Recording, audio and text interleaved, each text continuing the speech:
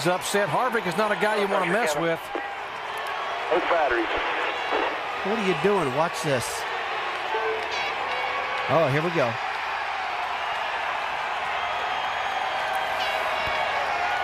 He's over there and got in his face. He's out of the car. Neither one of these guys are happy here. Harvick saying, no, stop it. Stop it. Montoya's the instigating this thing. Well, to be fair, Harvick is the one that walked over to Montoya. Jeff Burton, Harvick's teammate, gets out of the car, helmet off, trying to get his teammate away. Whoa! Contact for the lead. Hamlin into the wall. Oh, and collects another one. That's Junior up in turn 1, I believe. I mean, we're not even halfway. We're racing for the lead. I don't know. Just it's a misjudgment. I mean, he's a good driver. He knows better. He just made a mistake. Now as the cars stack up at the entrance to the pit road, that's the hit Matt Kenseth was talking about. And while doing that, Keselowski runs into the back of Tony Stewart, so then this.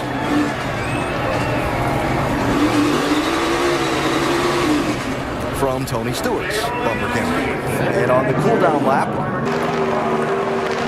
there was that.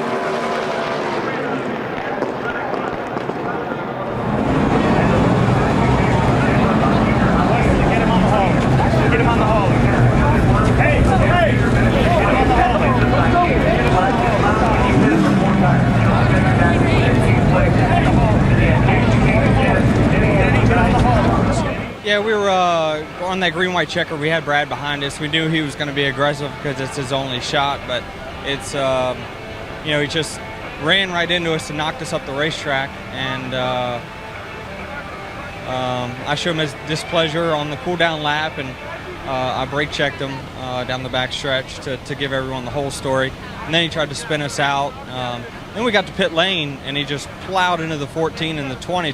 His belts were off, and he ran into him, and then ran into us again coming on pit road. Then he went through the garage and did burnouts, and he knocked somebody's transmission clear through somebody else's pit stall. So he was just out of control, and he cost us 6 spots, but what goes around comes around. I don't like the way Ty raced on it. You know, there's 3 or 4 times he ran me in the fence off of 4 on the inside, and everybody else out there seems to be able to give room, and he doesn't. That last one could have ended our night. So I explained that to him. You know, said he got tight. That seems to always be the excuse, but when you get tight, you usually lift out of the gas pedal. So next time I run him over, I'm going to get tight too. My response is I'm 4th in points, 28 out, and I'm trying to get all I can coming down to the end. My guys deserve it. Our Bass Pro Chevy was fast, and I got into Ryan that second to last restart, and kind of ruined our chances to win. But we just got a little too tight. But I'm really proud of my Bass Pro Shop guy. Gibbs just pulled it off. Whoops. Oh, Michael Waltrip is a little upset here at Lake Speed. Yeah, Michael Waltrip went over and had words and maybe more with car number 9, the finish of that one. Happy at all with the way it went down, and so they're going to discuss it. And maybe a little more than discussion. You can see this sport's full of emotions. You know, Kevin Harvick feels like he was done wrong, and he wants to express his displeasure with Jimmy. These two worked really closely together, you know, making their cars faster, but you can see Kevin's not happy. Is that Tony behind him? Hard from that angle to tell which came first. And then Joe goes down and gets in the quarter panel, right rear quarter panel of Kevin Harvick. Not of Joe's fault, though. There was nothing he could do, Matt. And we caught up with Kevin Harvick. Kevin, a lot of frustration boiling over. Yeah, I mean, you know, Joe Nemechek's supposed to be the guy that never does nothing. Hey, let me tell you something. Let me tell you something. I'm tired of Joe Nemechek, you know, acting like he doesn't do nothing. And it may not have been his fault, but after Daytona and I should be fired and all that, he can take that and show it where the sun don't shine, baby.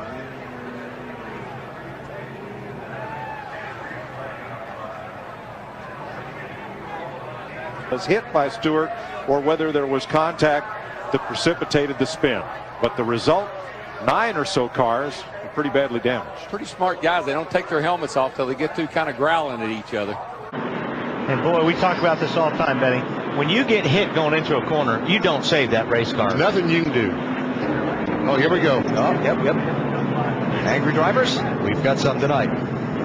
We got Robbie Gordon looking for somebody. That would be Jeff Burton. Yep. Ricky Rudd looking. Kevin Harvick looking for Ricky Rudd. Yep. And he knows that Ricky Rudd has come to the top 5 impound area on pit road. Did you hear that? That's Be Smart. That's where he's coming to find him. And so what happens in these situations is we get pit crews involved.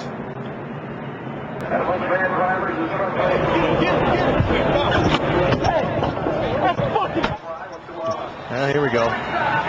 He walked across the top of the 21. And now it's on. I'll tell you what, that big official, Big Andy. Big Andy's. Think about going by Andy.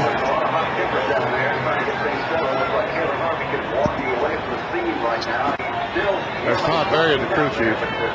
Matt! Yeah. Benny, we've got Todd Berry trying to hold back Kevin. Very frustrating night, Kevin. Yeah, I tell you what, Jim Goodwin's car was good tonight. Ricky Rudd took a goddamn cheap shot at us. And if he's going to, take a cheap shot, he's going to get one back, I promise you. That had made green flag stops prior to that caution. Boy, Brian Vickers, Dale Earnhardt Jr., that ain't going to work, boys. Vickers hard. Here we go. Busch, the dominant car of the day, in the wall. That was wrong. And 10 cars sliding, slamming into the infield. Jimmy Johnson, totally uncalled for. I had the best angle the first time. I really hated for the Red Bull guys. We had a good car all day. We're all racing for the lucky dog there, and my goal is to keep Junior behind me. And I went to block him. I beat him to the yellow line. And then he just turned us. He hit me the first time on the way down there, which is fine. We all do that. And then when he came back up, he just hooked me in the left rear. And typically NASCAR penalizes. I think the 38 was penalized 5 laps yesterday for doing the same thing. I guess they're not going to penalize him for it, but it's kind of sad. I mean, to wreck somebody intentionally like that in front of the entire field is really kind of dangerous. I mean, What's he doing? Oh, no.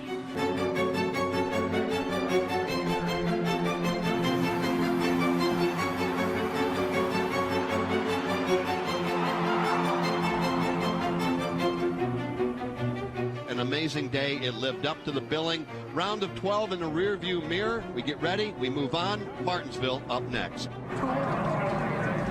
Hey, that's enough. Misunderstanding of the call at the end of the race. He'll understand it, and I'm sure he'll clear it up in his interview. For us, we're great teammates. We're doing good together. We have to work together to beat all these other teams out there, and he knows that. Cleaned the side of our car out after the checkered flag, so I don't really understand that. But all in all, our Jimmy John's Chevrolet did a great job and didn't have a scratch on it until then, so that's pretty good. Let him go on the outside because I knew he was going to have a run off the corner, and I got run in the back of and spun out down the back straightaway for absolutely no reason, and it was, a pretty stupid move on his part. And obviously, I'm sure these guys that he's going to be working with next year don't really appreciate this because they've got a championship they can win this year, and he doesn't. So, I don't know what he was thinking really or what the problem was, but just is very, very unfortunate for all these Kellogg's CarQuest boys, and the guys do such a great job. We had an awesome car. I thought it was going to be a car that was going to be a top 3 definitely, if not maybe a winning car. Just